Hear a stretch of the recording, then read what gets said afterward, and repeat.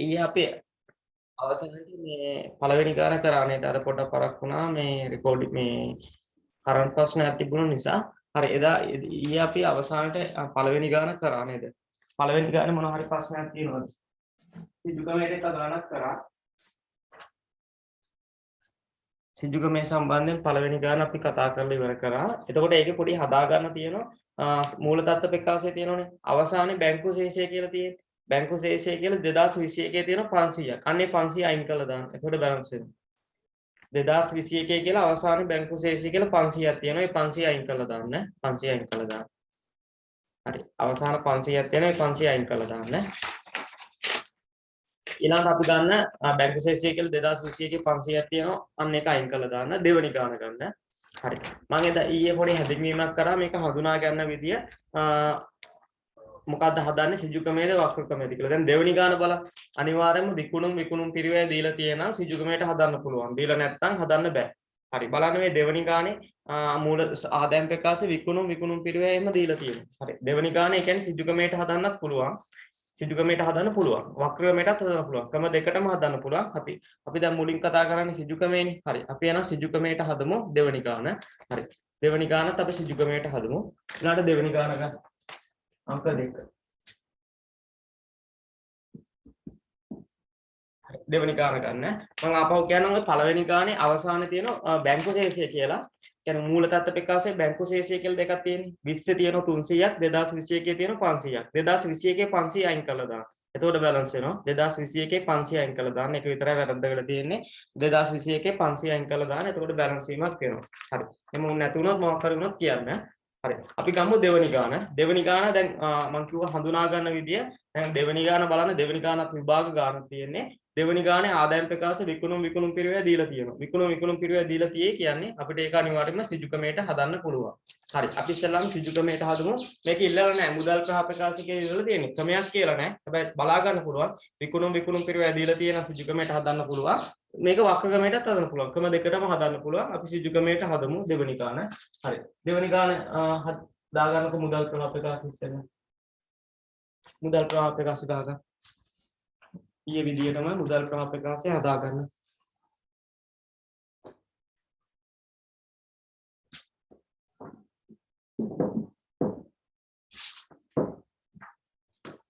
अंक 2 මුදල් ප්‍රහ ප්‍රකාශය.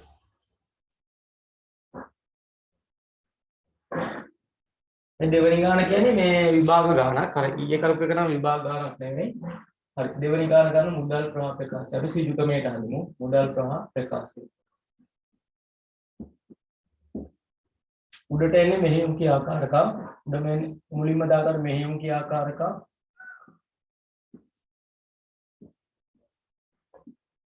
මෙහෙයුම් ක්‍රියාකාරකම් වල රූල් 6ක් 7ක් වගේ ඉඳ තියන්න. ඊළඟට ආයෝජන ක්‍රියාකාරකම්. සාමාන්‍ය තනි පිටුවකට කරන්න බලන්න ආයෝජන ක්‍රියාකාරකම්.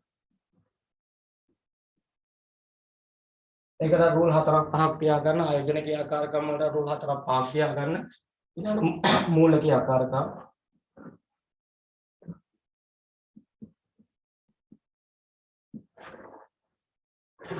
ඒකට රූල් 4ක් 5ක් තියාගන්න මූල ක්‍රියාකාරකම් වල රූල් 4ක් 5ක් තියාගන්න පල්ලෙහාම අවසාන රූල් 3 කියන්නේ මුදල් සමාන දෑවල සුද්ධ වෙනස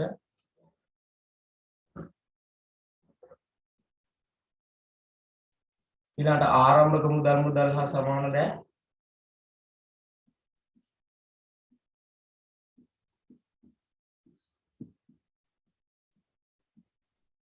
අවසාන මුදල් හා සමාන දෑ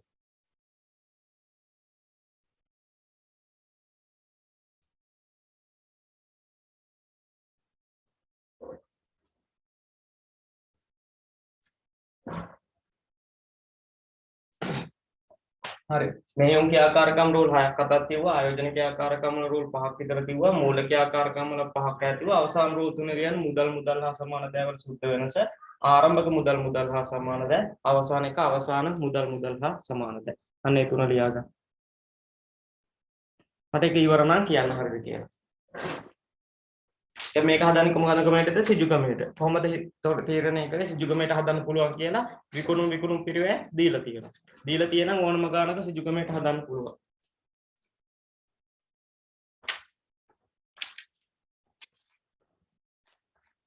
මෙහෙම ක්‍රියාකාරකම් රූල් 7යි, ආයතන ක්‍රියාකාරකම් රූල් 5ක් අය, මූලික ක්‍රියාකාරකම් රූල් 5ක් අය තියෙන අවසාන රූල් තුනේ තියෙන මුදල් හා සමාන දෑ වල සුද්ධ වෙනස, ආරම්භක මුදල් හා සමාන දෑ, අවසාන මුදල් හා සමාන දෑ. අපිට වැදගත්ම ක්‍රමේ වක්‍ර ක්‍රමේ. හුඟක් වෙලාවට ගණන් තියෙන්නේ වක්‍ර ක්‍රමයට. හැබැයි සිජු ක්‍රමේ දැනන් ඉන්න ඕන. අපි වක්‍ර ක්‍රමේ මම හදන්න කෙටි විදියක් කියන්න. හරි ඉස්සෙල්ලා අපි සිජු ක්‍රමේ ගණන් දෙකක් විතර හදමු. ඊට පස්සේ වක්‍ර ක්‍රමයට එමු. ඒක වක්‍ර ක්‍රමේ සිජු ක්‍රමේ වෙනස් වෙන්නේ මෙහෙම ක්‍රියාකාරකම් තමයි. හුඟක් කටේට ඔය වක්‍ර ක්‍රමේ ප්‍රශ්නයක් තියෙනවා. අතරම හරියට අල්ලගත්තොත් වක්‍ර ක්‍රමේ තමයි ලේසියින්. දැන් සිජු ක්‍රමෙත් එහෙම ලොකු ප්‍රශ්නයක් නැහැ. දැන් 2019 ගාන වගේ නම් කෙලින්ම ඉල්ලලා තියෙන සිජු ක්‍රමයට කියලා. ඒ නිසා ඒක සිජු ක්‍රමෙත් දැනන් ඉන්න ඕන. 2020 ගාන නම් හදන්න පුළුවන් වක්‍ර ක්‍රමය විතරයි. ඒකට හේතුව විකුණුම් පිරිවැය දීලා නැහැ. හරි. මට මේක ඉඩ වෙන් කරලා ඉවර නම් හරිද කියලා කියන්න.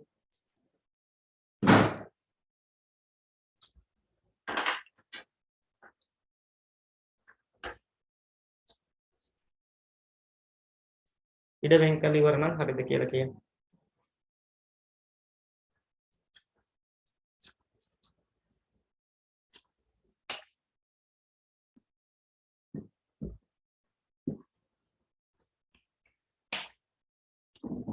හරිද ඉඩ වෙන් කරලා.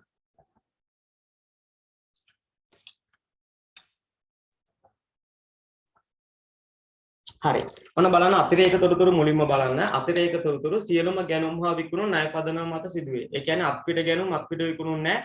ගැනුම් විකුණුම් ඒවා දාන්න තියෙන්නේ. එතකොට ණය ගැති ණය හිමි හොයාගන්න. එතකොට විකුණුම් කියන්නේ සියලුම ණයට විකුණුම්.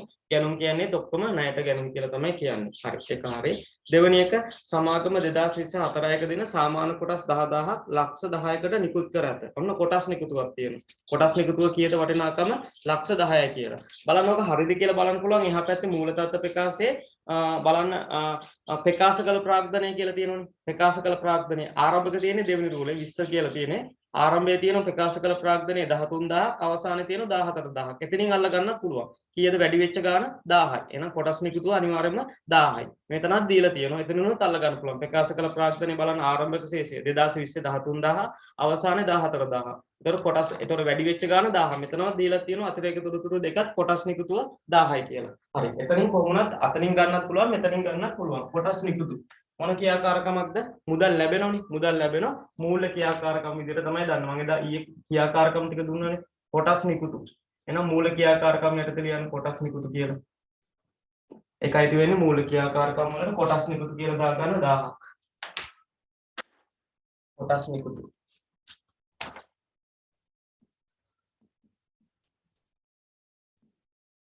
කොටස් නිකුතු මුදල් ලැබෙනවා ධන විදියට දාගන්න කොටස් නිකුතු කියලා 1000ක්. ඒක මුදල් ලැබීමක් නෙමෙයි. ඒකට ඒක අතනින් ගන්න පුළුවන්. මෙතන අතිරේක තොරතුරේ දීලා තියෙනවා. කොටස් නිකුතු මූලික ආකාරයට. මූලික ආකාරයට වෙන මොනවයි? කොටස් නිකුතු, ලාභාංශ ගෙවි, බැංකු ණය ලබා ගැනීම ගෙවි සහ ඔය තිබුණ කල්බදු වාරික ගෙවීම. හරි. ඊළඟට තියෙනවා ඉඩමෙන් කොටසක් 4300කට අත්පිට මුදලට විකුණා ඇත. ඉඩමෙන් කොටසක් 4300කට අත්පිට මුදලට විකුණා ඇත. අන්න ඉඩම විකිණීම දීලා තියෙනවා. ඉඩම් විකිණීම. ඉඩම් විකුණල මුදලම දීලා තියෙනවා. ඒකට වගේ ඉඩම් ගිණුමක් ඇත්තටම ගහන්න උවමනාවක් වෙන්නේත් නැහැ. මොකද විකුණපු ගාණ කෙලින්ම දීලා තියෙනවා. ඒක මොනකේ ආකාරකම් මොකක් හරි විකිණීමෙන් ලැබීම. ඒ කියන්නේ ජංගම නොනවත්කම් මිලදී ගැනීම හා විකිණීම ආයෝජන ක්‍රියාකාරකම. ආයෝජන මිලදී ගැනීම, ආයෝජන ආදායම් ලැබීම එනම් ආයෝජන ක්‍රියාකාරකම් ඉදිරියන් පුළුවන් ඉඩම් විකුණුම් ලැබී. ඉඩම් විකිණීම ලැබී. ඉඩම් විකුණුම් ලැබී මුදල් ලැබෙනවා 4300. එක ආයෝජන ක්‍රියාකාරකමක් විදිහට ලියන්න පුළුවන්. ඉඩම් විකුණුම් ලැබීම 4300.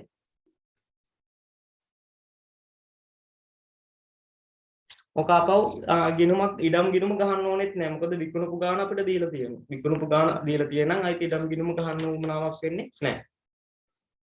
4 2021 3 දේශගත ලක්ෂ 40ක් වූ කාර්යාල උපකරණ අත්පිට මුදලට මිලදී ගැනීම. අන්න කාර්යාල උපකරණ මිලදී ගැනීම තියෙනවා. බලන්න එහා පැත්තේ මූලධාතු ප්‍රකාශයේ කාර්යාල උපකරණ කියන එක ආරම්භයේ ශේෂය තියෙනවා 4000ක් අවසානයේ ශේෂය තියෙනවා 8000ක්. ඒ කියන්නේ වැඩි වෙලා තියෙනවා 4000ක්. එහෙනම් ඒ කාර්යාල උපකරණ මිලදී ගැනීම. අන්න ඒකත් ආයෝජන ක්‍රියාකාරකම කාර්යාල උපකරණ මිලදී ගැනීම. කාර්යාල උපකරණ මිලදී ගැනීම. මුදල් ලැබීමක් වෙනවනේ.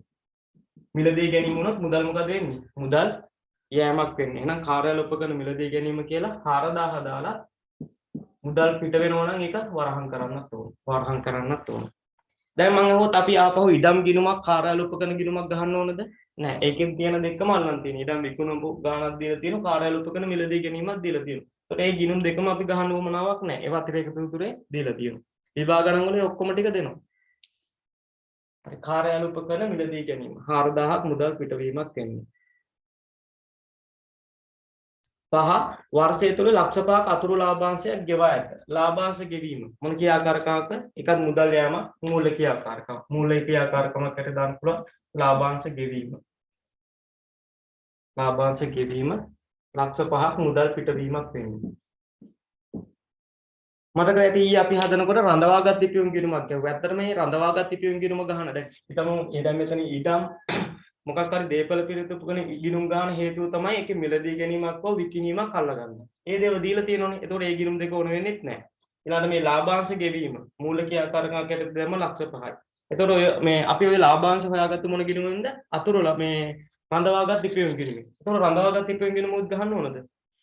ඒකෙන් අල්ලගන්න තියෙන එකම දේ ලාභාංශ ගෙවීම. ඒකත් දීලා තියෙනවා. ඒතකොට රඳවාගත් ඉපයුම් ගිණුමත් ගහන්න උවමනාවක් වෙන්නේ නැහැ. ඒක මම කියන්නම්. ගැහුවත් වැඩක් වෙන්නේ නැහැ. මොකද ඒකේ හොයන්න තියෙන එක අපිට දීලා තියෙනවා. ලාභාංශ ගෙවීම ලක්ෂ 5යි. හරි. ඒ ටික හරි. ඔන්න අපි ඒ ටික එහෙනම් දාගත්තා ඉවර කරා. හරි. ඊළඟට යන්න ගානේ මුලට ආදායම් ප්‍රකාශයට යන්න. ආදායම් ප්‍රකාශයට පළවෙනි එක තියෙන විකුණුම්. මම ඊයේ දුන්න පියවීමේ සටහන. ආදායමක පියවීමේ සටහන මොකද්ද? ආදායම් ප්‍රකාශය බැර වෙන්නේ අදාළ ගිණුම හර වෙන්නේ. වියදමක ආදායම් ප්‍රකාශය හර වෙන්නේ අදාළ ගිණුම බැර වෙන්නේ. දැන් විකුණුම් කියන්නේ ආදායමක්. ඒකේ දිස් සටහන මොකද්ද? පියවීමේ සටහන. ආදායමක් නේ ආදායම් ප්‍රකාශය බැර වෙන්නේ විකුණුම් ගිණුම හර වෙන්නේ. අපි උනාට විකුණුම් ගිණුමක් ගහන්නේ නැහැ. ඔකට අපි මොන ගිණුමද ගහගන්නේ? ණය ගැති. ණය ගැති ගිණුම ගහගන්න. ණය ගැති. ණය ගැති ගිණුම ගහන්නේ. ණය ගැති ගිණුමට තමයි හර කරන්නේ. හර කරන එක හර කරන්නේ ණය ගැති ගිණුමට හර කරන්න 7200ක්. ඉස්සරහින් ලියන්නේ විකුණුම කියලා. ණය ගැති ගිණුමට හර කරන්න 7200ක් විකුණුම් කියලා.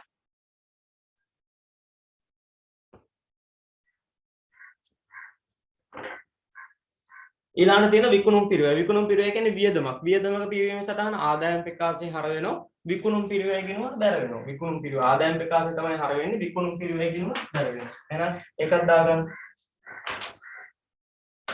විකුණුම් පිරිවැය ගිණුමක් දාගන්න. විකුණුම් පිරිවැය. විකුණුම් පිරිවැය. ආදායම් ප්‍රකාශය හර වියදමක්නේ. විකුණුම් පිරිවැය ගිණුම බැර වෙනවා 4200ක්. අර උනේ කාටද? ආදායම් ප්‍රකාශය. උනායි වියදමක පියවීමේ සටහන. ඒක හරි. හරි. ඊළඟට තියෙන දල ලාභයේ උමනාවක් කියන ඉඩම් විකිණීමේ ලාභය කියලා එක ආදායමක් තියෙනවා. මං අහන්නේ මේක දැන් මේක දිස් සටහන කිව්වොත් ආදායමක් නේ ආදායම් ප්‍රකාශය බැර ඉඩම් විකුණුම් ගිණුම හර. මං අහන්නේ ඔක ඉඩම් විකුණුම් ගිණුමකට දාන්න ඕනද නැද්ද? ඉඩම් විකුණුම් ගිණුමට දාන්න ඕනද නැද්ද? මට ඒකට උත්තරයක් දෙන්න. ඕනද නැද්ද? දැන් ඕකේ පියවීමේ සටහන ආදායමක් නේ ආදායම් ප්‍රකාශය හර ඉඩම් විකුණුම් ගිණුම හර. මං අහන්නේ දාන්න ඕනද නැද්ද?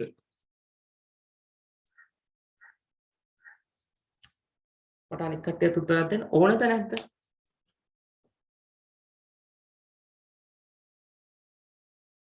ඕනද නැද්ද? ඕන නම් ඔව්ද නැද්ද? ඕනද නැද්ද? ඕක ඕන වෙන්නේ නැහැ. ඒකට හේතුව මොකද්ද? ඉඩම් විකුණුම් ගිණුමක් ගහන්නේ මොකටද? ඉඩම් විකුණලා ගත්ත මුදල හොයාගන්න. ගත්ත මුදල ඉඩම් විකුණලා ලැබිච්ච මුදල අල්ලගන්න. මේක දීලා තිබුණානේ. ඒක දීලා තියෙනම් අයිති ඉඩම් විකුණුම් ගිණුමක් ගහලා මොකද්ද? අපි අරමුණක් නැහැනේ. මේකේ හොයන්න දෙයක් නැහැනේ. අන්න. ඒක දීලා තියෙනවා. දීලා නැත්තම් අරක ගහන්න වෙනවා. දීලා තියෙන නිසා ගහන්න උවමනාවක් වෙන්නේ නැහැ. ඇත්තටම ඕන වෙන්නේ නැහැ ඒකේ. හරි ඉඩම් විකුණීමෙන් ලැබිච්ච ගාණ අපිට දීලා තියෙනවා. අයිත් අපි ඒක ඉඩම් විකුණුම් ගිණුමකට දාන්න උවමනාවක් වෙන්නේ නැහැ. අන්න ඒක නිසා ඒක උවමනාවක් වෙන්නේ නැහැ. හරි. ඊළඟට තියෙනවා පල්ලෙහා වියදම් ටිකක්. පළවෙනි එක තියෙනවා ක්ෂය තියෙනවා. ගොඩනැගිලි ක්ෂය. ගොඩනැගිලි ක්ෂය කියන ඒවා දැන් මේක බලන්න පල්ලෙහා මූල තත්ත්ව ප්‍රකාශ ඉඩම් තියෙනවා. ගොඩනැගිලි කොට තියෙනවා. ගොඩනැගිලි සමුච්චිත ක්ෂය තියෙනවා. ආරම්භක ශේෂය 4500යි අවසානයේ 500යි. ඒ කියන්නේ 4500ට වර්ෂයේ 500 එකතු වෙලා තමයි අවසාන ශේෂය 5000 හැදෙන්නේ. ඕක ගන්න ඕනද?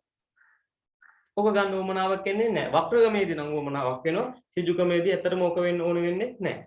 ඊළඟට බලන්න කාර්යාල උපකරණසේ බලන්න ඒකත් පල්ලෙහා තියෙනවා කාර්යාල උපකරණ සමුච්චිත සේ වෙනම තියෙනවා.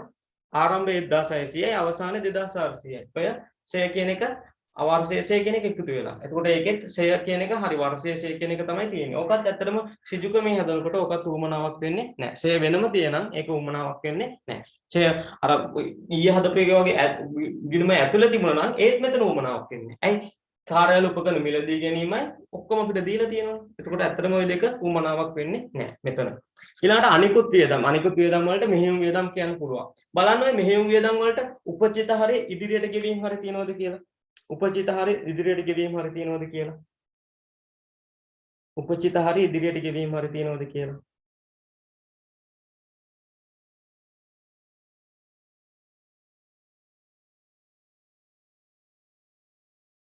තියනවද? උපචිත හරි ඉදිරියට ගෙවීම හරි තියනවද?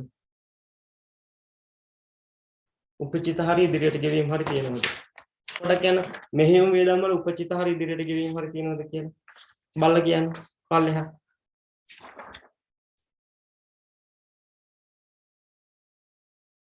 තියනවද? නෑ.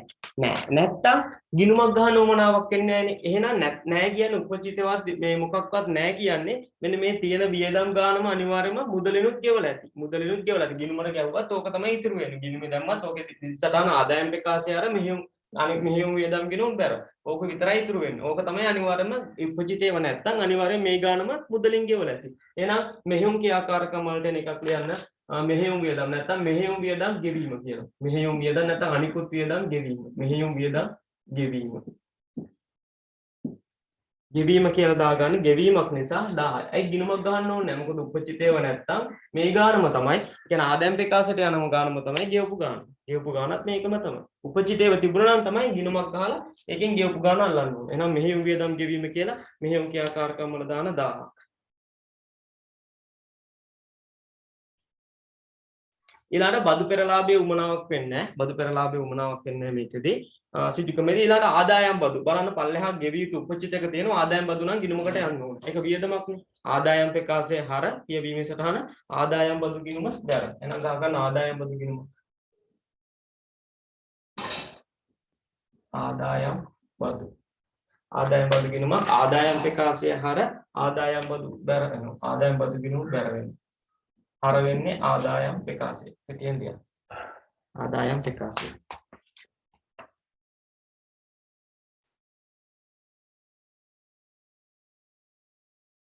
හරිද ඒක? හරි. ඊළඟට තියෙන වර්ෂයේ ලාභය. වර්ෂයේ ලාභය මතකයි ඊයේ රඳවාගත් ඉපයුම් ගිණුමකට මාරු කරා නේද? දැන් මම අහන්නේ මේකෙත් වර්ෂයේ ලාභය රඳවාගත් ඉපයුම් ගිණුමකට මාරු කරන්න ඕනද? වර්ෂයේ ලාභය. වර්ෂයේ ලාභය රඳවාගත් ලාභ කියන ගිණුමට මාරු කරන්න ඕනද? ඕනද නැද්ද? වර්ෂයේ ලාභය රඳවාගත් ඉපයුම් ගිණුමකට මාරු කරන්න ඕනද නැද්ද? නෑ. ඒකට හේතුව ඕකෙන් හොයන්නේ රඳවාගත් ඉපයුම් හොයන්නේ ලාභාංශ ගෙවීම. ඒක දීලා තියෙනවා. ඔන්න ඕක හරිද කියලා බලන්න පුළුවන්. ඔන්න දාන රඳවාගත් ලාභය. රඳවාගත් ඉපයුම් එකේ බලන්න ආරම්භයේ තියෙනවා. ආරම්භක ශේෂය තියෙනවා 4000ක් නේ. 4000ක්. ඊළඟට ඔය වර්ෂයේ ලාභය මාරු වෙනෝනේ ඒකට බැර වෙනවා කියන්නේ මේකට එකතු වෙනවා 4700යි. ඊට පස්සේ මේකේ අවසාන ශේෂය තියෙනවා රඳවාගත් ඉපයුම් වල 4200. ඔන්න බලන්න මේ දෙක එකතු කරාම 4700යි. අවසාන ශේෂයෙන් ඕන 4200. කීයක වෙනසක් තියෙනවා? කීයක් අඩු වෙන්න ඕනේ? 500ක්. ඔක ගිණුම ගෙවුනම ඕක එන්නේ 500ක් හරට එනවා. ඒ කියන්නේ මේ 500 මොකද්ද? ලාභාංශ ගෙවීම. ඒක දීලා තියෙනවා. අපෝ මේ ගිණුම ගහලා මේක හොයාගන්න උවමනාවක් වෙන්නේ නැහැ. මොකද ඒක දීලා තියෙනවා. ඒක දීපු නිසා අපෝ හොයන්න උවමනාවක් වෙන්නේ නැහැ. ඒ නිසා ඕන වෙන්නේ නැහැ. රඳවාගත් ඉපයුම් ගිණුම අපෝ ගන්න. වර්ෂයේ ලාභය මාරු කරන්න ඕන වෙන්නේ නැහැ. මේක දීලා තිබුණ නැත්නම් ලාභාංශ ගෙවීම දීලා තිබුණ නැත්නම් ওই වර්ෂයේ ලාභය රඳවාගත් ඉපයුම් ගිණුමට මාරු කරන්න ඕන. හරි. ඒක එච්චරයිනේ ආදායම් ප්‍රකාශය. ඊළඟට යන මූල තත්ත්ව ප්‍රකාශය. ඉඩම් ආරම්භක ශේෂය අවසාන ශේෂය තියෙනවා. මම කිව්වා ඉඩම් ගිණුමක් ගහන්න උවමනාවක් වෙන්නේ නැහැ. හේතුව ඉඩම් විකුණීමේ ලැබීම අල්ලගන්න ඕන. ඒක දීලා තියෙනවා. ඒ කියන්නේ ඇත්තටම බලන්න ඉඩම් විකිණීමේ ආරම්භයේ තියෙන දෙවෙනි තීරුවේ 9000ක් අවසානයේ තියෙන 5000ක්. කීයක් අඩු වෙලායි? 4000ක් අඩු වෙලා. ඒ කියන්නේ විකුණපු ඉඩමේ ගාණ 4000යි. මේකේ උඩ තිබුණා ඉඩම් විකිණීමේ ලාභය 300යි කියලා. එන 300ක ලාභයක් එක්ක විකුණලා තියෙන කියන්නේ 4300ට විකුණලා තියෙන. ඒක දීලා තියෙනවා. ඒ නිසා අපෝ ඒ ගිණුම ඕන වෙන්නේ නැහැ. ඊළඟට ගොඩ නැගිලි බලන්න මොකද්ද කියලා ආරම්භක ශේෂය 10000යි අවසාන ශේෂයත් 10000යි. එකක් මිලදී ගැනීමක්වත් විකිණීමක්වත් වෙලා නැහැ. ඒක එහෙනම් ගිණුම ඕන වෙන්නේ නැහැ. ගොඩ නැගිලි මත ෂේ මං කියවනේ ඒකත් උමනා වෙන්නේ නැහැ. ෂේ වර්ෂයේ දීලා තියෙනවා. කාර්යාල උපකරණ බලන්න. ආරම්භයේ 4000යි අවසානයේ 8000යි. එහෙනම් මිලදී ගැනීමක් තියෙනවා. වැඩි වෙච්ච ගාන 4000. ඒක අපි දාලා තියෙනවා. ඒකට ඒක උමනාවක් වෙන්නේත් නැහැ. සමුච්චිත ෂේයත් එහෙමයි. වර්ෂයේ ෂේ ගාන තමයි වැඩි වෙලා තියෙන්නේ. ඊළඟට තොගය. ඔන්න තොගය කියන එක නම් දා ගන්න ඕන. සාමාන්‍ය තොගය තියෙන්නේ මොන ගිණුම ඇතුළේද? විකුණුම් පිරිවේ ඇතුළේ. වත්කම් ගිණුම් සාමාන්‍යයෙන් දාන්නේ කොහමද? ආරම්භක ශේෂය හරපැත්තේ උඩම අවසාන ශේෂය බැර පැත්තේ පහළම. හරි. විකුණුම් පිරිවේ ගිණුමේ දාන ආරම්භක ශේෂය තියෙන තොගේ 1000යි. ආරම්භක දෙවෙනි රූල තියෙන්නේ 1000යි. ඒකට කියනවා 24 එක ශේෂය. අවසාන ශේෂය තියෙනවා 1400. එක බැර පැත්තේ පහළම දාගන්න. 1400 බැර පැත්තේ පහළම දාගන්න. බැර පැත්තේ පහළම දාගන්න. ණයගතිය ගිණුමත් එහෙමයි. ණයගතිය ගිණුමත් තිබුණා ආරම්භක ශේෂය හරපැත්තේ උඩම දාගන්න 1200යි. මම ඉරක් ගන්න හේතුව මොකද්ද? විභාගයේ සාමාන්‍ය මේවා පෙරවැඩ ගිණුම්නේ. දැන් මේකේ ලියන්න ඕන මොකද්ද? 20යි 4යි එක ශේෂය. මෙතන ලියන්න ඕන 21යි 3යි 31 ශේෂය 15ට ගෙන. පෙරවැඩ ගිණුම් නිසා ඕක කර කර එම ලියලිය ඉන්න එපා. පොඩ්ඩක් ඇදලා ලියන්න. ඒක ප්‍රශ්නයක් නෑ. අවසාන ශේෂය තියෙන 1500යි. 21යි 3යි 31 ශේෂය 15ට ගෙනාවා. ඉතින් ස්කෙටියෙන් ලාගා.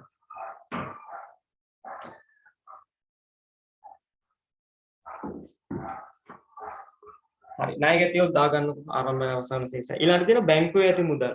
ඒකේ අපහු බැංකු ශේෂයක් නැහැ නේ. ඒක කෙලින්ම මේකේ දාන්න පුළුවන්. ආරම්භක මුදල් හා සමාන දාලා ආරම්භක බැංකුවේ ඇති මුදල් කීයද? කෙලින්ම දාගන්න පුළුවන්. වෙන ශේෂ නැහැ. 500යි.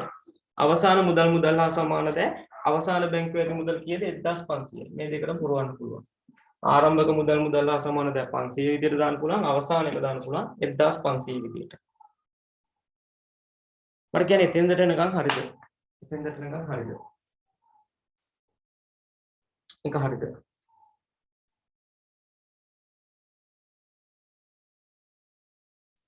එතෙන්දට එනකන් හරිද?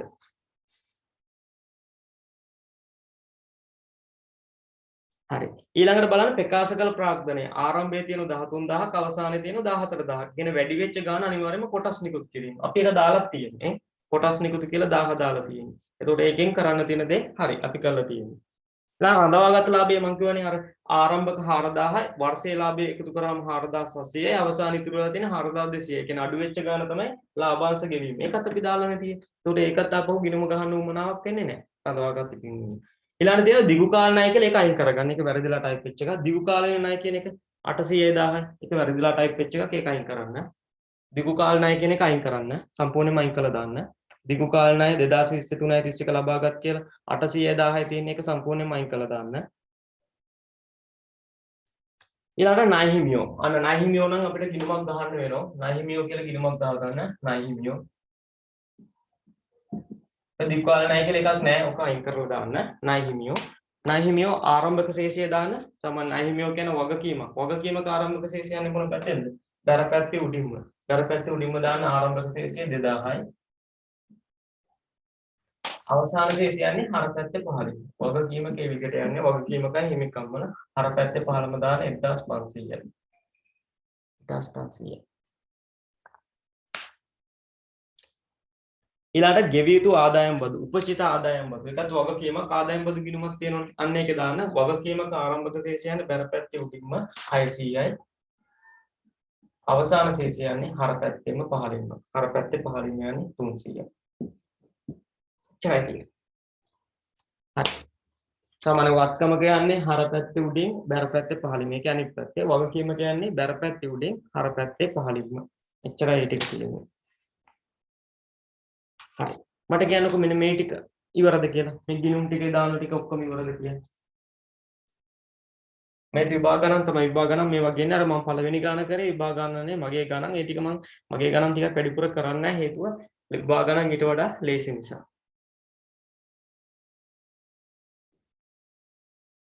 හරිද කියලා කියන්න මට මේ දක්වා මේ දක්වා ඉවරද හරි දැන් එනවා පළවෙනි ගාන පළවෙනි ගිණුම තුලනය කරන්න පළවෙනි ගිණුම තියෙන්නේ ණය ගැති ණය ගැති ගිණුම ඉස්සෙල්ලා තුලනය කරා. වැඩි පැත්ත හර පැත්ත. වෙනස ගන්න. වෙනස ඉස්සරහින් මුදල් කියලා ලියන්න. වෙනස ඉස්සරහින් මුදල් කියලා ලියන්න. මුදල් කීයක් ආවද වෙනස?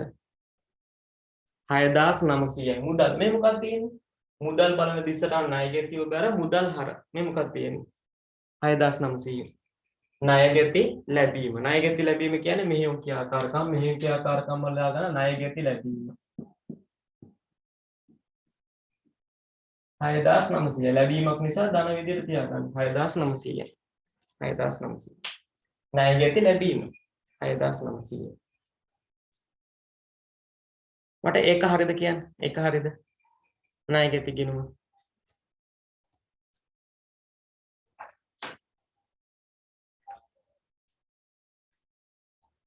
හරි. ඊළඟට තියෙන්නේ විකුණුම් පිරිවැය ගිණුම. මේකත් තුලනය කරගන්න.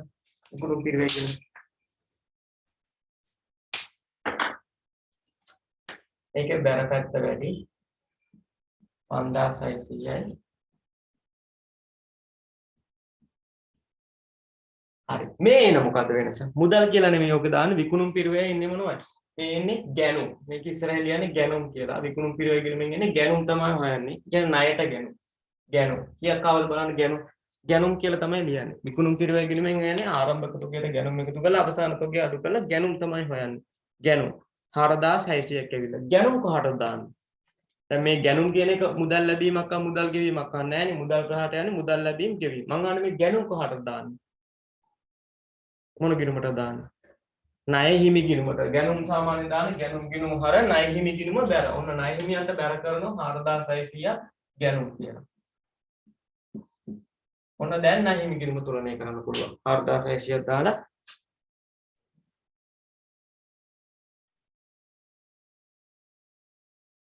හරි. දැන් ණය හිමි ගිණුම තුලනය කරගන්න.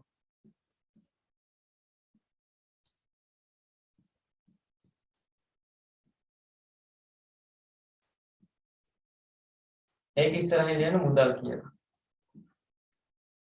කීයක් ආවද ණය මුදල් කියලා ලියපු ගාන?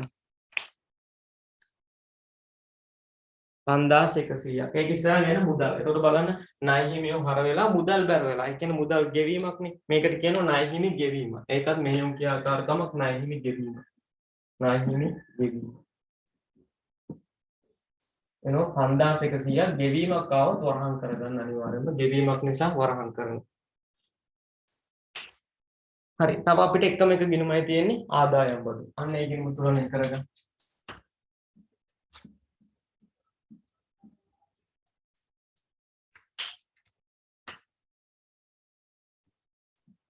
ඒක ඉස්සරහින් මුදල් කියලා ලියන්න. කීයක් ආවද ආදායම් බදු ගෙවීම. ගෙවීමක් කියන්නේ බෙවීමක්. හරි. ආදායම් බදු ගෙවීම 600ක්. ආව ඒක දාන්නේ මෙහෙයුම් කියා කරන පල්ලෙහාම. ඔය ආදායම් බදු ගෙවීමේ පොලි ගෙවීමයි වෙනම පෙන්වනවා. දැන් පොලි ගෙවීමක් නැහැ. ඒ කියන්නේ ආයෝජන ක්‍රියාකාරකම් වලට එක රූලක් තියලා ඊට උඩ රූල ලියන්න ආදායම් බදු ගෙවීම. ඒක ටිකක් පල්ලෙහාට වෙන්න ඕනේ. මේ දෙක වෙනම පෙන්වනවා. ආදායම් බදු ගෙවීමයි පොලි ගෙවීමයි. මේ පොලි ගෙවීම නැහැ ආදායම් බදු ගෙවීම විතරක් තියෙන්නේ.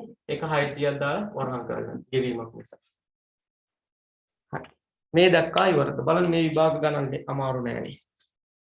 මේ ගණන් ලේසි. දැන් අර මගේ අර පළවෙනි කරපු එක අමාරුයි. ඒක මගේ ගණන්නේ මම ඒව කරන්නේ නැතුව ඉන්න තීරණය කරා. විභාග ගණන් විතරක් කරනවා. හරි. එච්චරයි. හරි මේ දක්වා ඉවරද කියන්නේ? ඔන්න ගිණුම් ටික ඔක්කොම අපි දාලා ඉවරයි. මේ දක්වා ඉවරද?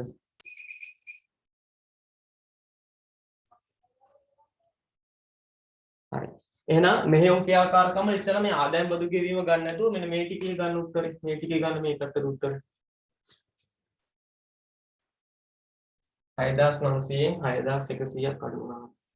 800යි. මේකේ මේ 600 අපව අඩු කරා. මට කියන්න මෙහෙයුම් ක්‍රියාකාරකම් කීයක් ආවද කියලා.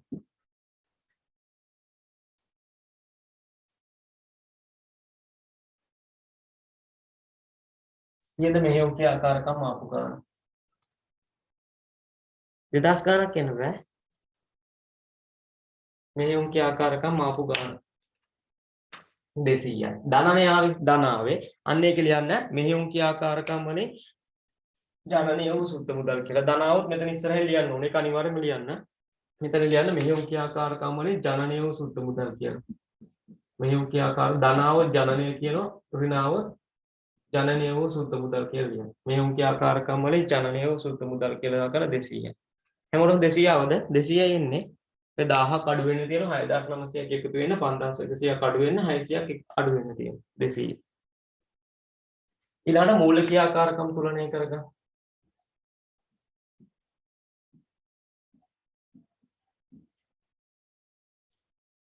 මූල ක්‍රියාකාරකම් වල කීයද ආවේ?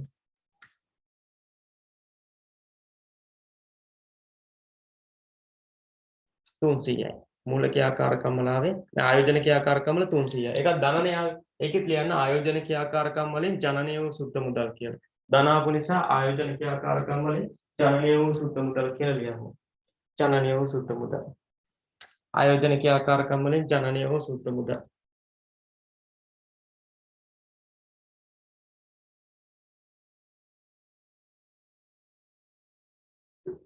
ඊළඟ මූල ක්‍රියාකාරකම් තුලනය කළ ඒකත් ගන්න වෙන ගාන. ඒකෙත් වෙන්නේ කීයද? 500යිනේ. ඒකෙත් ධන ආවේ මූල ක්‍රියාකාරකම් වලින් ජනනය වූ සුද්ධ මුදල් කියලා දාගන්න.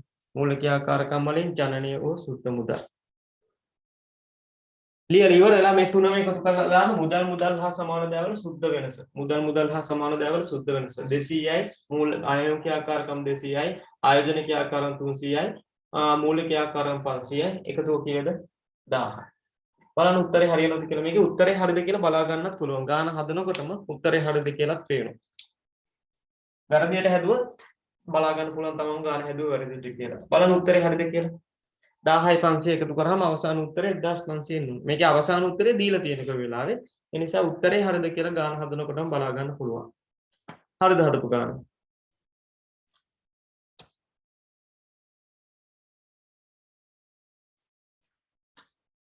හරි. ඒ නිසා උත්තරේ හරියද කියලා බලා ගන්නත් පුළුවන් එකම ගාන මේක තමයි. කියන්නේ සමාගන්නත් පුළුවන්. මේකේ ලේසියෙන්ම පේන උත්තරේ හරියද කියලා බලා ගන්න පුළුවන්. හරි. මට කියන්නේ මේකේ මොකක් හරි ප්‍රශ්නයක් තියෙනවද? තියෙනවද?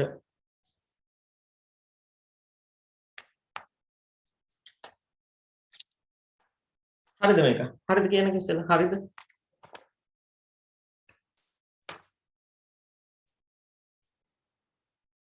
හරිද?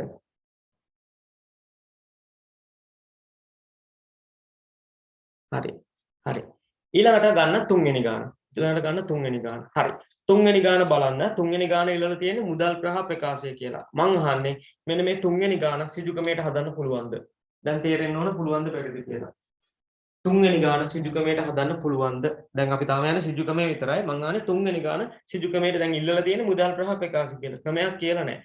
තුන්වෙනි ගාන සිජුකමයට හදන්න පුළුවන්ද? පුළුවන්ද? බැරි හේතන මොකද්ද? විකුණුම් පිරිවැය දීලා නැහැ. විකුණුම් පිරිවැය හොයාගන්න මේ කියන්නේ විදියක් දීලත් නැහැ. ඒ නිසා ඔන්න තුන්වෙනි ගානේ ආදායම් ප්‍රකාශයක් දීලා නැහැ කියන්නේ තුන්වෙනි ගාන කොහෙත්ම සිජුකමයට හදන්න බෑ. දැන් ඔය මේක හදපු ගාන සිජුකමයට ආපහු හදන්න පුළුවන්. අපි ඒක ආපහු හදමු. තුන්වෙනි ගාන සිජුකමයට හදන්න බෑ. වක්‍රම විතරයි පුළුවන්. හරි. තුන්වෙනි ගාන තියන්න. ඊළඟ හතරවෙනි ගාන. හතරවෙනි ගාන ඉස්සෙල්ලා බලන්න. හතරවෙනි ගාන පොඩ්ඩක් තියාගන්න. පස්වෙනි ගාන. මට අහන්න පස්වෙනි ගාන සිජුකමයට හදන්න පුළුවන්ද? පහ හදන්න පුළුවන්ද? පහ කියන එක. පස්වෙනි ගාන හදන්න පුළුවන්ද සිජුකමයට? පස්වෙනි එකේ ආදායම් ප්‍රකාශ දීලා තියෙනවා. ඒක හරි. හැබැයි විකුණුම් පිරිවැය දීලා නැහැ. දල ලාභය දීලා තියෙනවා. එහෙනම් පස්වෙනි එකත් පුළුවන්ද සිජුකමයට හදන්න? බෑ. එහෙනම් පස්වෙනි එකත් හදන්න පුළුවන් වක්‍රකමයට විතරයි. එහෙනම් පහ හදන්නත් බෑ. ඊළඟට හතර බලන්න. හතරවෙනි එකේ පොඩ්ඩක් අවශ්‍ය වන්නේ බලන්න. දෙල් කේස් 7 අනුව අවසන් වර්ෂය සඳහා මුදල් ප්‍රවාහ ප්‍රකාශය කිරීම කියනවා. මෙහෙයුම් කටයුතු වල සිල්පවාහය සිජුකමයට දක්වන්න. අන්න සිජුකමය කියලා ඉල්ලලම තියෙනවා. ඔක ඕනම් හතරවෙනි ගාන මාක් කරගන්න ඔය 2019 ගාන. 2019 ලෙවල් එකේ සිජුකමයට තමයි ඉල්ලලා තියෙන්නේ. 2019 ගාන. එහෙනම් අපි කරමු හතරවෙනි එක. හේතුව මේ හතරවෙනි එකේ ආදායම් ප්‍රකාශයක් දීලා නැති වුණාට විකුණුම් පිරිවැය හොයාගන්න විදියක් දීලා තියෙනවා. හරි. එහෙනම් හතරවෙනි ගාන. ඒ වගේ වෙලාවට අනිවාර්යයෙන්ම ක්‍රමයේ කියනවා. එහෙනම් හතරවෙනි ගාන කරන්න ගන්නේ. හතරවෙනි ගානෙත් මේ විදියට මුදල් ප්‍රවාහ ප්‍රකාශය ඉස්සලා ගහගන්න. මුදල් ප්‍රවාහ ප්‍රකාශය ගහගන්න.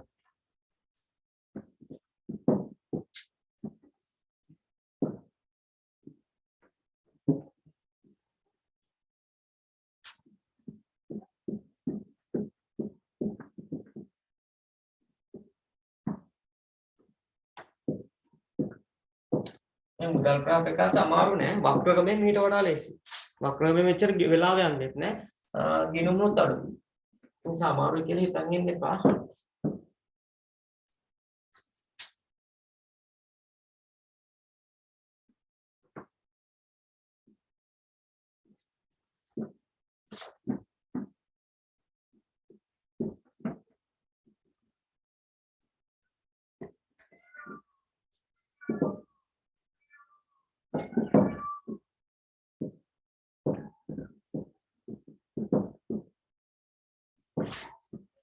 මේ විදිහට මුදල් ප්‍රාප්‍යකාශය ගන්න.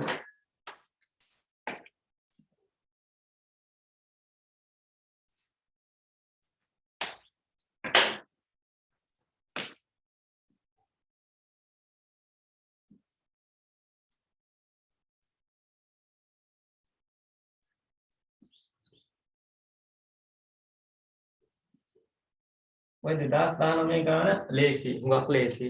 හැබැයි එකම එකක් පොඩ්ඩක් අමාරු කරලා තියෙනවා. හරි. මම ඒක කියන්න මුදල් ප්‍රාප්‍යකාශය ගහලා ඉවර වෙලා මට හරිද කියලා කියන්න. හරි පොඩක් මම මේ වක්‍ර ක්‍රමයේ නෝට් එක දෙනකොට සමහරට මේ රෙකෝඩින් එක නැති වුණා. ඒ නිසා මම අපව පොඩක් කියනවා වක්‍ර ක්‍රමයේ මම නෝට් එකක් දුන්න ලියා ගන්න වක්‍ර ක්‍රමයේ කියන එක මුලින්ම ලියා ගන්න ඒ කිව්වා අංක 1 කියලා බදු පෙරලාභය. මේ ඉස්සලා කියන්නේ මුලින්ම කිව්වා මෙහි උන්කේ ආකාරකම් වලින් තමයි වක්‍ර ක්‍රමයේදී වෙනස් වෙන්නේ. මෙහි උන්කේ ආකාරකම් වල තමයි වෙනස් වෙන්නේ. මෙහි උන්කේ ආකාරකම් වලදී තමයි වෙනසක් වෙන්නේ. මෙහි උන්කේ ආකාරකම් පමණක් වෙනස් වෙයි කියලා ලිව්වා. අංක 1 කියලා දුන්නා බදු පෙරලාභය පදනම් කරගත යුතුයි. බදු පෙරලාභය තමයි මුලින්ම පදනම් කරගත යුතු කියලා ලියාගන්නේ කිව්වා. අංක 2 දුන්න ගැළපීම් කියලා. ගැළපීම් කියලා ලියලා ඉරක් ගහලා ඒක යටතේ ලියන්නේ කිව්වා. ආදායම් ප්‍රකාශයේ එකතු කරපු අයිතමයක් නම් අඩු කරන්න. අඩු කරපු අයිතමයක් නම් එකතු කරන්න. ආදායම් ප්‍රකාශයේ එකතු කරපු අයිතමයක් නම් අඩු කරන්න. අඩු කරපු අයිතමයක් නම් එකතු කරන්න. ඒ කියන්නේ ආදායම් ප්‍රකාශය එකතු කරලා තියෙන මොනවයි? ආදායම්නේ. ආදායම් මේවා මොකද කරන්නේ? එතකොට අඩු කරනවා. අඩු කළ තියෙන මොනවයි? වියදම්නේ. වියදම් ආපහු එකතු කරනවා. හැබැයි මම වරහන් ඇතුළේ ලියා ගන්න කිව්වා. වරහන් ඇතුළේ ආපහු ලියන්න දුන්නා. විකුණුම් පිරිවැය මෙහෙයුම් වියදම් බොල් ණය ලද වට්ටම් සැලකිල්ලට නොගනී. විකුණුම් පිරිවැය මෙහෙයුම් වියදම් බොල් ණය ලද වට්ටම් සැලකිල්ලට නොගනී. ඇයි ඒවා සැලකිල්ලට ගන්න නැත්තේ? ඒවා මෙහෙයුම් කියන්නේ මුදල් ප්‍රවාහය බිහි නොවන නිසා අන්න ඒ වගේ කියන ඒවා සැලකිල්ලට ගන්නෙ නැහැ. බදු පෙරලාභයේදී කරන ඒවා විතරයි ඔන්න ඔය ටික සැලකිල්ලට නොගනී කියලා ගැලපීම් යටතේ දාන්නේ කියලා කිව්වා. ඊළඟට අංක 3 කියලා ලියා ගන්න කිව්වා කාරක ප්‍රාග්ධන වෙනස් වීම. කාරක ප්‍රාග්ධන වෙනස් වීම. ඒක යටතේ ලිව්වා 3 කියලා කාරක ප්‍රාග්ධන වෙනස් වීම කියලා ලියලා ඒක යටතේ ලිව්වා කාරක ප්‍රාග්ධන කියන්නේ මොනවයි? කාරක ප්‍රාග්ධන යනු ජංගම වත්කම් හා ජංගම වගකීම් වේ. කාරක ප්‍රාග්ධන යනු ජංගම වත්කම් හා ජංගම වගකීම් වේ. ඒකටම ලිව්වා කාරක ප්‍රාග්ධන වෙනස් වීම යනු ජංගම වත්කම් හා ජංගම වගකීම් වල ආරම්භක හා අවසාන ශේෂය අතර වෙනසයි. ජංගම වත්කම් හා ජංගම වගකීම් වල ආරම්භක හා අවසාන ශේෂය අතර වෙනසයි. උදාහරණයක් විදිහට කිව්වොත් තොගය කියලා තිබුණොත් ආරම්භක ශේෂය 500ක් අවසාන ශේෂය 1000ක් කිව්වොත් කාරක ප්‍රාග්ධන වෙනස් වීම කියන්නේ මේ වැඩි වෙච්ච ගාන 500කින් වැඩි වෙලා තියෙනවා. හරි ඒක ලියන්නේ කිව්වා. ඊට පස්සේ ඒකත් එක්කම තරු ලකුණක් දාලා ලියාගන්නේ කිව්වා ජංගම වත්කමක වෙනසක් නම් ප්‍රතිලෝමව ගල්පන්න. තරු ලකුණක් දාලා යන්නේ ජංගම වත්කමක වෙනසක් නම් ප්‍රතිලෝමව ගල්පන්න. ප්‍රතිලෝම කියන්නේ දැන් මේ ජංගම වත්කම වැඩි වෙලානේ තියෙන්නේ 500ක් වැඩි වෙලා. ප්‍රතිලෝම කියන්නේ වැඩි වෙලා නම් ප්‍රතිලෝම කියන්නේ ඒක අනිත් පැත්ත කරන්නේ. ඒ කියන්නේ අඩු කරනවා. ඊළඟ තරු ලකුණ ලියාගන්නේ කිව්වා ජංගම වගකීමක වෙනසක් නම් අඩු කරන්න. ජංගම වගකීමක වෙනසක් නම් අඩු කරන්න. ජංගම වගකීමක වෙනසක් නම් අනුලෝමව ගලපන්න. ජංගම වගකීමක වෙනසක් නම් අනුලෝමව ගලපන්න. ඒ කියන්නේ දැන් ණය හිමිය වැඩි වෙලා කියලා 500 අනුලෝම කියන්නේ එකතු කරනවා. අනුලෝමව ගලපන්න. ඒකත් එක්ක වරහන් ඇතුළේ දුන්නා ලැබිය යුතු ආයෝජන ආදායම් උපචිත පොලි උපචිත ආදායම් බදු ලැබිය යුතු ආයෝජන ආදායම් උපචිත පොලි උපචිත ආදායම් බදු සැලකිල්ලට නොගනී. උපචිත පොලි ලැබිය යුතු ආයෝජන ආදායම් උපචිත පොලි උපචිත ආදායම් බදු සැලකිල්ලට නොගනී කියලා දුන්නා. සැලකිල්ලට නොගනී. ඔන්න ඔය කියනවා සැලකිල්ලට ගන්න. ඒ අනිත් ඒවා තමයි කාරක ප්‍රාග්ධන විදිහට ගන්නෙ ජංගම වත්කම් හා ජංගම වගකීම්. ඔන්න ඔය නෝට් එක තමයි මම අවසානයේට දීලි වර්ගයේ වක්‍ර ක්‍රමය. බදු පෙරලාභය පදනම් කරගන්නේ ගැලපීම්. වලදී අඩු කරපු ඒවා එකතු කරන එකතු කරපු ඒවා අඩු කරන ගන්න නැති ඒවා ටිකක් කිව්වා විකුණුම් පිරිවැය ඒ ටික මෙහෙයුම් වියදම්. කාරක ප්‍රාග්ධනය කිව්වේ ජංගම වත්කම් හා ජංගම වගකීම් වල වෙනස ආරම්භකයි අවසාන ශේෂය අතර වෙනස. ජංගම වත්කමක වෙනසක් නම් ප්‍රතිලෝමව ගන්නවා. ජංගම වගකීමක වෙනසක් නම් අනුලෝමව ගන්නවා. ඒකත් එක්ක ලැබිය යුතු ආයෝජන ආදායම් උපජිත පොලි උපජිත ආදායම් බදු සැලකිල්ලට ගන්නෙ නැහැ. සැලකිල්ලට නැහැ. හරිද? සැලකිල්ලට ගන්නෙ නැහැ. ඔන්න ඔක තමයි වක්‍ර ක්‍රමයේ නෝට් එක. මේ නෝට් එක දන්නව නම් ඕනම ගානක් හදන්න පුළුවන්. හරි. අපි ගානකට යමු. ගන්න දෙවෙනි ගාන. අපි ඉස්සලා සිජුකමේට ඔක හැදුවා. මම කිව්වා විකුණුම් පිරුවේ තියෙන නිසා සිජුකමේට හදන්න පුළුවන්. ඔක වක්‍ර ක්‍රමයටත් හදන්න පුළුවන්. හරි. අපි දෙවෙනි ගානම අපව හදමු වක්‍ර ක්‍රමයට. හරි. දෙවෙනි ගානක अंक 2 ගාන अंक 2 විභාග ගානම වක්‍ර ක්‍රමයට හදමු. ඇත්තරම සිජු ක්‍රමයේ වක්‍ර ක්‍රමයේ බැලුවොත් වක්‍ර ක්‍රමයේ හුඟක් ලේසි. වක්‍ර ක්‍රමයේ සිජු ක්‍රමයටත් වඩා ලේසි. හරි. වක්‍ර ක්‍රමයේ හරි. මුදල් ප්‍රාපකාශ පොඩි වෙනසක් වෙනවා. උඩින්ම පළවෙනි එක ලියන මෙහෙයුම් ක්‍රියාකාරකම් කියලා උඩින්ම ලියන මෙහෙයුම් ක්‍රියාකාරකම් කියලා. මෙන්න මෙහෙයුම් ක්‍රියාකාරකම් තමයි වෙනස් වෙන්නේ. මෙහෙයුම් ක්‍රියාකාරකම්. උඩින්ම ලියන මෙහෙයුම් ක්‍රියාකාරකම් කියලා. මෙහෙයුම් ක්‍රියාකාරකම්. මාත් එක්කම ඉඩවෙන් කරමු. ඉස්සලා තීරු තුනකට ගහලා මෙහෙයුම් ක්‍රියාකාරකම් කියලා ලියන්න. මෙහෙයුම් ක්‍රියාකාරකම්. මේ කරන්නේ දෙවෙනි ගාන. මෙහෙයුම් ක්‍රියාකාරකම් කියලා ලියන්න. මෙහෙයුම් ක්‍රියාකාරකම්. තීරු දෙකකට ගහලා උඩ මුදල් ප්‍රාපකාශ කියලා මෙහෙයුම් ක්‍රියාකාරකම් කියලා ඉවත් ගහගන්න.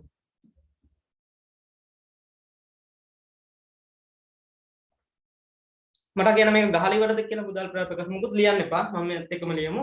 මෙහෙයුම් ක්‍රියාකාරකම් කියලා ඉස්සලා ලියන්න. ඔන්න මෙහෙයුම් ක්‍රියාකාරකමගේ වක්‍ර ක්‍රමයේදී වෙනසක් වෙනවා. මට කියන්නේ මේක ගහලා ඉවරද කියලා. උඩ මෙහෙයුම් ක්‍රියාකාරකම් විතරක් ලිව්වද?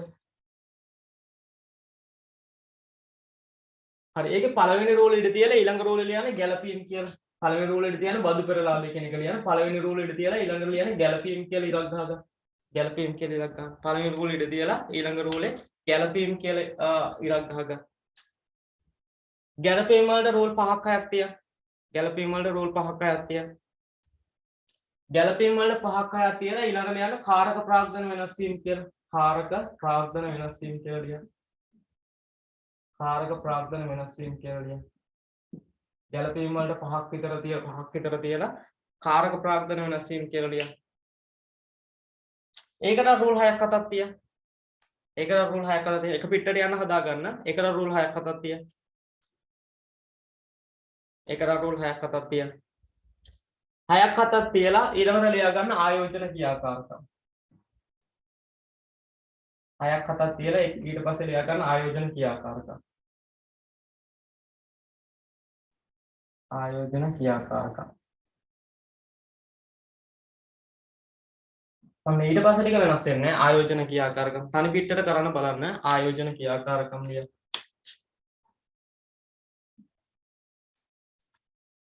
ආයෝජන ක්‍රියාකාරකම් වල රූල් 4ක් වගේ තියලා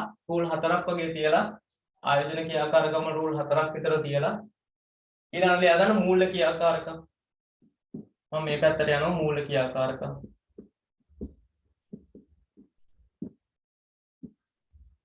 මූල්‍ය ක්‍රියාකාරකම් වලට රූල් 5ක් වගේ තියන්න. ඊට පස්සේ අර අවසානයේ අර ඡේද තුන ලියන්න.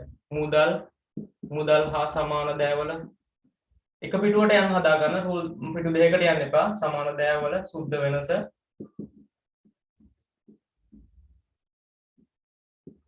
ආරම්භක මුදල් හා සමාන දෑ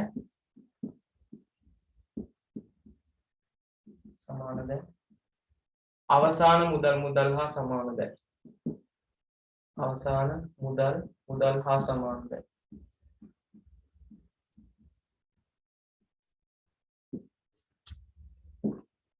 සමහරවිට අර ඉස්සෙල්ලා ගන්න හදනකොටම රෙකෝඩින් නැතිලත් ඇති සමහර විට. කරන්න දෙයක් නැහැ මේ වගේ දේවල් වලදී. හරි. මෙහෙයුම් ක්‍රියාකාරකම් කියලා රූලක් තියලා ගැළපීම් ලිව්ව. ගැළපීම් වල රූල් 4ක් 5ක් තියලා කාරක ප්‍රාග්ධන වශයෙන් මේකට රූල් 7ක් 6ක් තියලා ආයෝජන ක්‍රියාකාරකම් රූල් 4ක් වගේ තියුවා. මූලික ක්‍රියාකාරකම් වල රූල් 5ක් වගේ තියුවා. අර තුන මුදල් හා සමාන දෑ වල සුද්ධ වෙනස ආරම්භක මුදල් හා සමාන දෑ අවසාන මුදල් හා සමාන දෑ කියලා ලියමු. එතකොට මේකේ මෙහෙයුම් ක්‍රියාකාරකම් වල ටිකක් වැඩි ඉඩක් තියෙනවා. සාමාන්‍ය පිටුවකට යන්න හදා ගන්න.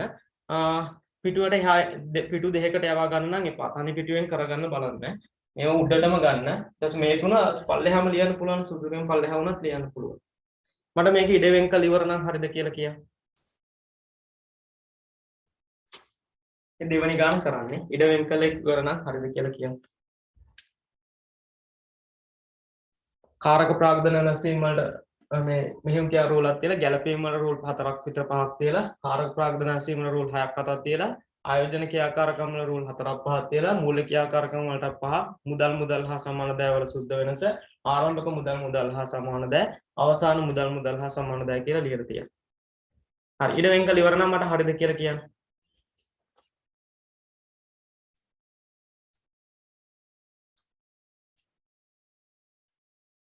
හරි අනික කට්ටියත් ඉවරද කියලා කියන්න.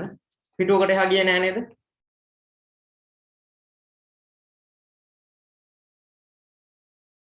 පිටුවකට එහා ගියේ නැද්ද? ගියාද?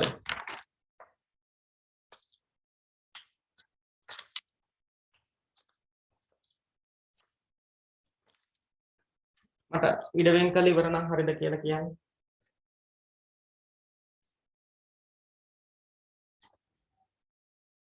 වැඩි වෙනවා නම් කරන්නේ ටිකක් වැඩිපුර මේව ගන්න කාරක ප්‍රාග්ධන ඇසීම් ආයෝජනික ආකාරම් වල වැඩියට ගන්න ඊළඟ ගාන හදනකොට මූලික ආකාරම් වල ටිකක් වැඩිපුර ගන්න එතකොට හරි. ඔන්න එහෙනම් අපි ගානට එනවා ආපහු අතිරේක තොරතුරු බලමු. මේ දෙවෙනි ගානමයි කරන්න. අපි මේක ඉස්සෙල්ලා සිජුකමේට හැදුවා. හරි. බලන්න සියලුම ගැනුම් හා විකුණුම් ණය පදනම සිදුවේ. ඒ කියන්නේ ගැනුම් හා විකුණුම් ඕන වෙන්නේ කොහොමද? සිජුකමේට හදනකොට. වක්‍රකමේ හදනකොට ඇත්තට මේක ඕනෙත් නැහැ. ඒක වැඩකුත් නැහැ. ගැනුම් හා විකුණුම් වැඩක් නැහැ. වැඩකුත් නැහැ. හරි. ඒක හරි. දෙවෙනි එක මේ ටික අපි ඉස්සෙල්ලත් කරානේ. සමාගමේ කොටස් 1000ක් ලක්ෂ 10කට නිකුත් කරාත. කොටස් නිකුතු මොන ක්‍රියාකාරකමට එන්නේ? මූල ක්‍රියාකාරකම. කොටස් නිකුතු ලැබිච්ච ගාන දීලා තියෙනවා. ඒක දාගන්න මූල ක්‍රියාකාරකම කොටස් නිකුතු 1000යි. මේක ඉක්මනට කරමු. මුදල් ලැබීමක් නිසා ධන විදියට දාගත්තා. අරක ප්‍රකාශ කළ ප්‍රාග්ධනයේ ආරම්භයකට වඩා අවසාන එකත් වැඩි වෙලා තියෙන්නේ. අපි බලුවනේ ඉස්සෙල්ලා 1000ක්. එතකොට ඒක ඒ ගානම තමයි. එතනින් අල්ල ගන්නත් පුළුවන් කොටස් නිකුතු. ඉඩමෙන් කොටසක් 4300කට අත්පිට මුදලට විකුණා ඇත. එහෙනම් ඉඩම් විකිණීමේ ලැබීම. මම කියවනේ ඉස්සෙල්ලා ඉඩම් ගිණුමක් එතකොට ගහන්න ඕනෙත් නැහැ. එහෙනම් ඒක ආයෝජන ක්‍රියාකාරකම් ලියමු ඉඩම් විකුණුම් ලැබීම. ඒ ටිකේ අනිත් ක්‍රියාකාරකම් වෙනස් වෙන්නේ නැහැ. ඉඩම් විකුණුම් ලැබීම. වෙනස් වෙන්නේ මෙහෙම ක්‍රියාකාරකම් විතරයි. ඉඩම් විකුණුම් ලැබීමක් නිසා 4300 ධන විදියට දාගන්න ආයෝජන ක්‍රියාකාරකම්. ඊළඟ කාර්යාල උපකරණ අත්පිට මිලදී ගැනීමත් ඒකත් එමය ආයෝජන ක්‍රියාකාරකම කාර්යාල උපකරණ අත්පිට මිලදී ගැනීම. මිලදී ගැනීමක් නිසා වරහන් කරන්න. මිලදී ගැනීමක් නිසා වරහන් වෙන්නත් ඕන. 4000 දාලා වරහන් කරන්න. ඒ වෙනස් වෙන්නේ නැහැ. ඒකේ විදියටම තමයි. එතකොට කාර්යාල උපකරණ ගිණුමකුත් ගහන්න ඕනේ නැහැ. මිලදී මෙතන දීලා තියෙන මිලදී ගැනීම. ඒක අපි ඉස්සෙල්ලත් කරානේ. ඒ දෙකක් දාගන්න. අවසානයේ අතුරු ලාභාංශ ගෙවා ඇත. එතකොට රඳවාගත් ඉපෙන් ගිණුම ගහන්න ඕනෙත් නැහැනේ. අතුරු ලාභාංශ කියන්නේ මූල ක්‍රියාකාරකමක් අතුරු ලාභාංශ. අතුරු ලාභාංශ ගෙවීම. එකක් මූල ක්‍රියාකාරකමක් විදිහට දාන්න පුළුවන් 500 දාලා වරහන් කරගන්නත් ඕන. 500 දාලා වරහන් කරගන්න. අතුරු ලාභාංශ ගෙවීම. හරි. මම මේ ටික අතිරේක තොරතුරු ටික ඉස්සෙල්ලත් ඔය විදිහටම තමයි දැම්මේ. ඒ ටික හරිද කියලා කියන්න. ඒ ටික දාලා ඉවර නම් හරිද කියලා කියන්න.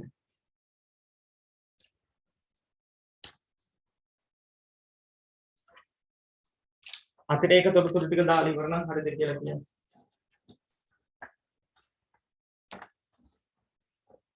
අනිත් කට්ටියත් කියන හරිද කියලා අතිරේක තොරතුරු ටික දාලා. හතර දාන්න තිබුණේ. ඉඩම් විකිණීම ලැබීම මේක.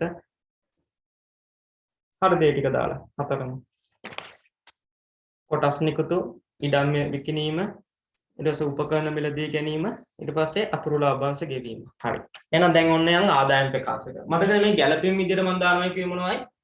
ආදායම් ප්‍රකාශ එකතු කරපේව එකතු කරන්න අඩු කරපේව එකතු කරපේව අඩු කරන්න අඩු කරපේව එකතු කරන්න. හැබැයි මෙන්න මේ කියන්නේ විකුණුම් පිරිවැය මෙහෙයුම් වියදම් බොල් ණය වගේ ඒවා ගන්නෙ නැහැ කියලා තිබුණා. උඩම ගන්නේ බදු කර ලාභය කියලා පදනම් කරගන්නයි කියලා කිව්වා. හරි. ආදායම් ප්‍රකාශයෙන් තමයි ගැළපීම් වලට එනවද නැද්ද කියලා තීරණය කරන්න. පළවෙනි එක තියෙනවා ආදායම් ප්‍රකාශ විකුණුම්. මම කිව්වා විකුණුම් කියන එක ඇත්තටම එකතු කරලා තියෙන එකක්. හැබැයි ගැළපීම් විදිහට ගන්න නැහැ. විකුණුම් සැලකිල්ලට ගන්නෙම නැහැ. ඒකනේ අපිට වක්‍රමේදී විකුණුම් ඕන වෙන්නේ නැත්තේ. විකුණුම් පිරිවැයත් එහෙමයි. විකුණුම් පිරිවැයත් අපිට වක්‍රමේ හදනකොට ගැළපීම් විදිහට ගන්න නැහැ. ඒකත් ඕන වෙන්නේ නැහැ. ඒකනේ මේ දෙක ඕන වෙන්නේ නැත්තේ වක්‍රමේ මේ දෙක ඕන වෙන්නේ නැහැ. ඊළාට තියෙන දල ලාභය ඉඩම් විකිණීමේ ලාභය. ඉඩම් විකිණීමේ ලාභය කියන එක ගැළපීම් වලට ගන්නවා. ආදායම් ප්‍රකාශ එකතු කරපු එකක් නේ. මම කිව්වා ආදායම් ප්‍රකාශ එකතු කරපු එකක් නම් ගැළපීම් වල මොකද්ද කරන්නේ? අඩු කරන්න. ඉඩම් විකිණීමේ ලාභය කියලා අඩු කරන්න. ඉඩම් විකිණීමේ ලාභය කියලා ආදායම් ප්‍රකාශය එකතු කරපු එකක් නිසා මේකෙදි මොකද්ද කරන්නේ ගැළපීම් වල අඩු කරන්න ඕන. අනං ආදායම් ප්‍රකාශය එකතු කරපු ඒවා අඩු කරනවා අඩු කරපු ඒවා එකතු කරනවා. අර මම කියපු ලිස්ට් එක ගන්නෙ නෑ.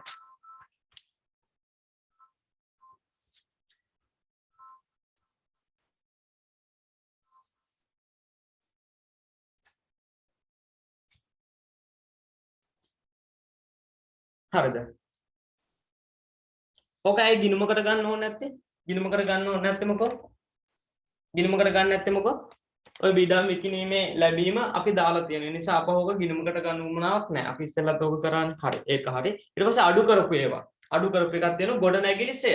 ගොඩනැගිලි සය කියන්නේ ආදායම් ප්‍රකාශය අඩු කරපු එක. අඩු කරපු එක නම් ගැළපීම යටතේ මොකද්ද කරන්නේ?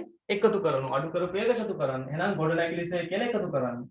අනේ කෙටිය මතක තියාගන්න. එකතු කරපු එකක් නම් අඩු කරනවා. අඩු කරපු එකක් නම් එකතු කරනවා. දැන් මේක අඩු කරපු එකක් නේ ගොඩනැගිලි සය. ඒ නිසා මේකට මොකද්ද කරන්නේ? එකතු කරන්නේ. ආදායම් ප්‍රකාශය අඩු කරපු ඒවා එකතු කරනවා එකතු කරපු ඒවා අඩු කරනවා. අර කියපු ඒවා ගන්නෑ. විකුණුම් පිරිවැය මෙහෙයුම් වියදම් අර කියපු සෙට් එක තියෙනවා නම් ගන්නෙ නැහැ. ඊළඟ කාර්යාල උපකරණ සයත් එහෙමයි. අඩු කරපු ඒවානේ මේකට එකතු කරනවා. කාර්යාල උපකරණ සය 800ක්. ඒකත් එකතු කරනවා.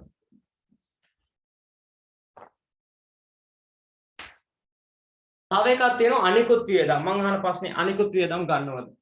අනිකුත් වියදම් ගන්නවද? අනිකුත් වියදම් ගැළපීම් වලට ගන්නවද? අනිකුත් වියදම් වලට තරමක් කියන්න පුළුවන් මෙහෙයුම් වියදම්ම තමයි. ඒක ගැළපීම් වලට ගන්නවද නැද්ද? ඒකට උත්තරේ දෙන්න. ඒකත් අඩු කරපේයක් නෑ. ඒකත් එකතු කරන්න එපා. ඒක ගන්නවද නැද්ද? අර මන් දුන්නේ කියපු ලිස්ට් එකක් විකුණුම් පිරුවේ මෙහෙයුම් වියදම් වල තමයි අනිකුත් වියදම් කියන්නේ. ඒක ගන්නෙ නෑ. මෙහෙයුම් වියදම් කියන එක ගන්නෙ නෑ. හරි.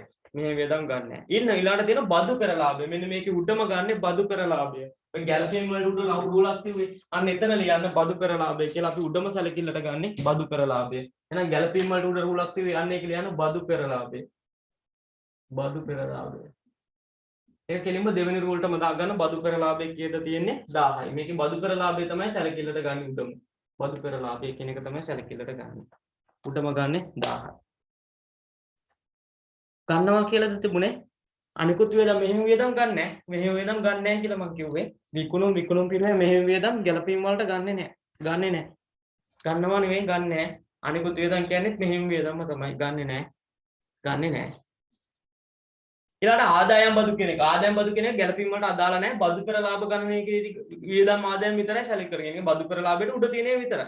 ආදායම් බදු කියන එක කොහෙත්ම ඒ බදු පෙර ලාභයට උඩ තියෙන එකට අයිති වෙන්නේ නැහැ. පල්ලෙහාන තියෙන ආදායම් බදු කියන එක ගිණුමට තමයි ගන්න වෙන්නේ. මොකද ගැළපීම් වලට ඒව ගන්න නැහැ. කියන්නේ බදු පෙර ලාභය හොයන එකට උඩ තියෙන ලිස්ට් එක තමයි ගන්න. ඒකට ඔය ආදායම් බදු කියන එක මේ ගැළපීම් වලට කොහොමවත් ගන්න නැහැ. ඒක ගිණුමක් ගහ ගන්න වෙනවා. ආදායම් බදු. මොකද උපචිත ඒවා පල්ලෙහා තිබුණා. ඒක නිසා ආදායම් බදු ගිණුමක් ගහ ගන්නවා. ආදායම් ප්‍රකාශය හර පියවීමේ සටහන ආදායම් බදු ගිණුම බැර. ආදායම් ප්‍රකාශය තමයි හර වෙන්නේ. ආදායම් බදු ගන්නෙ නෑ. ආදායම් බදු ගැළපීම් වලට ගන්න නැති හේතුව තමයි බදු පෙර ලාභයට උඩ තියෙන ලිස්ට් එක තමයි ගන්නෙ. ඒකෙදි එකතු කරපේ අඩු කරනවා අඩු කරපේ එකතු කරනවා. ඒතකොට බදු පෙර ලාභයෙන් පල්ලෙහානේ ආදායම් බදු තියෙන්නේ. ආදායම් බදු යන්නේ නැහැ. ආදායම් බදු ගිණුමකට තමයි යන්නේ. ඊළඟ වර්ෂයේ ලාභය. වර්ෂයේ ලාභය කියන එක සාමාන්‍යයෙන් අපි ගන්න රඳවාගත් පියුම් ගිණුමටනේ. රඳවාගත් පියුම් ගිණුමට ගහන අරමුණ තමයි අන අතුරු ලාභාංශ හොයන්න. ඉස්සෙල්ලත් කතා කරන්නේ දැන් අතුරු ලාභාංශ දීලා තියෙනෝනේ. එහෙනම් ඒක දාන්න උවමනාවකුත් නැහැ රඳවාගත් පියුම් ගිණුමට. හරි. එතනින් ආදායම් ප්‍රකාශය ඉවරයි. ඊළඟට යන මූල තත්ත්ව ප්‍රකාශය.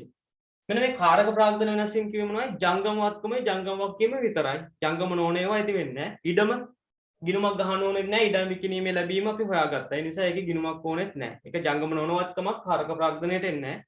ඊළඟට ගොඩනැගිලිත් එහෙමයි. ඒකෙත් ගොඩනැගිලි වල වෙනසක් නැහැ. 10000යි තියෙන්නේ 10000ක්. මිලදී ගැනීමක්වත් මුකුත් නැහැ. ඊළඟට කාර්යාල උපකරණ සේ කියන එක දීලා මේ කාර්යාල උපකරණෙත් එහෙමයි.